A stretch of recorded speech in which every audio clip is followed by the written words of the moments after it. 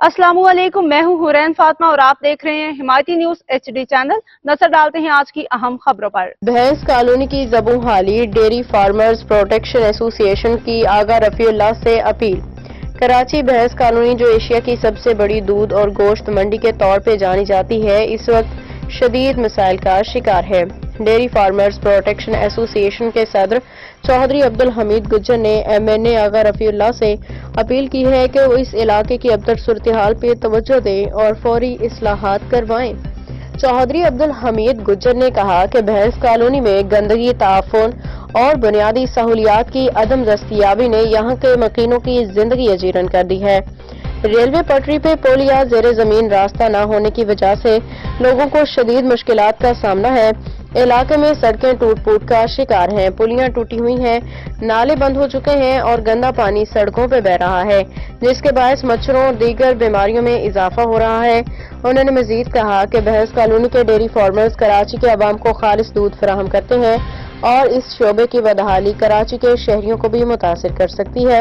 उन्होंने सवाल उठाया कि अगर बैरून मुल्क से कोई वफ्द इस इलाके का दौरा करे तो हम उन्हें क्या दिखाएंगे, क्या हम इस खंडरात का मंजर पेश करने के काबिल हैं? चौधरी अब्दुल हमीद गुज्जर ने आगा रफीउल्लाह से अपील की कि वो अपने असर रसूख का इस्तेमाल करते हुए भैंस कॉलोनी में सफाई, सड़कों की तामीर, पुल और निकासियाब के मसाइल हल करवाएं, ताकि यहाँ के मकीन और कारोबारी अफराद सुख का सांस ले सकें। हाकिम अली दाल की रिपोर्ट। इधर ही का 1987 से ये नाले का इशू नहीं था। ये गोबर नहीं इसी नालों में जाता था और इसी नालों के अंदर बहा के समुद्र की तरफ जाता था। और 1992 तक जब यहाँ गोबर फेंका जा रहा था, 2.5 रुपये किलो दूध था, 2.5 रुपये किलो दूध के उस टाइम रकम थी। और अब तो उसी टाइम भी ये नालों की हालत नहीं थी, रोडों में पानी नहीं आता था, बहुत अच्छा माहौल था और अच्छा इलाका था और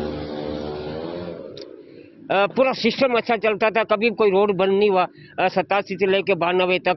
अब ये जो इशू उठा है, जो 2012-13 के बाद, 14 के बाद 18 फिर ये उठता गया है, क्योंकि ये इनकी जिम्मेवारी बाड़े वालों की खुद है और खुद नालों के अंदर अपना गोबर फेंकते हैं।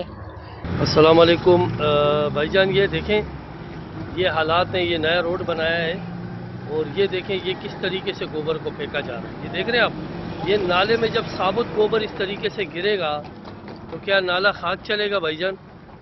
अब इन चीज़ों पे कोई भी बात नहीं करता, करने कोई तैयार नहीं है। अब आप मुझे बताएं ये गोबर कैसे बहेगा मेरे भाई? जब आप नाले में डायरेक्ट ट्रालियों से भर के गोबर डालेंगे तो भाईजान नाले कहाँ से चलेंगे? आप हालात देख लें, ये हाल है भाईजान। मज़ीद अपडेट्स के लिए देखते रहें हिमायती न्यूज HD चैनल।